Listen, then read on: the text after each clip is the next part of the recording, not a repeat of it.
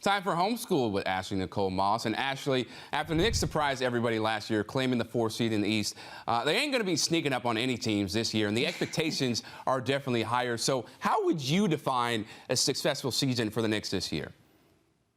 It's being a playoff contender, as simple as that. Obviously, the 4th seed is going to be extremely difficult to attain once again. A lot of teams in the East have gotten better.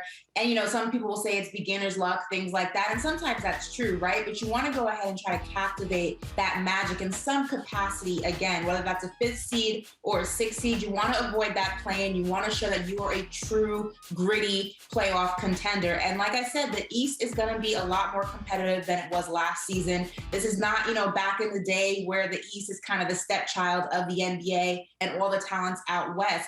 It's kind of evenly dispersed, and it's going to continue that trajectory. So the Knicks need to show that this playoff that they faced last year, rather, is not just a one and done, that this is an actual playoff contending team that you're going to see in the postseason for seasons and seasons to come. We saw them make additions with Kemba Walker, Evan Fournier. Obviously, you have guys like Julius Randle and R.J. Barrett who are going to give you quality minutes and points. But who do you see being the X factor for this Knicks roster? It's going to be Mitchell Robinson.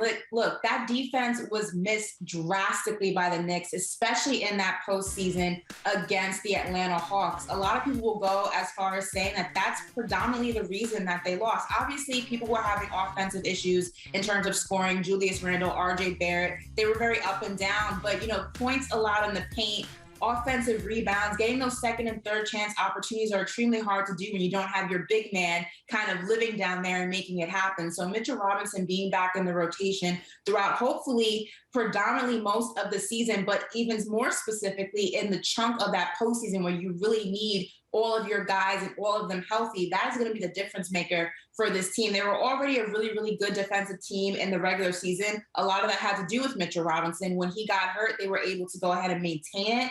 But as you can see, the postseason is a totally different type of ball game, and him being healthy for when that time comes is going to be instrumental in making sure that this team can compete.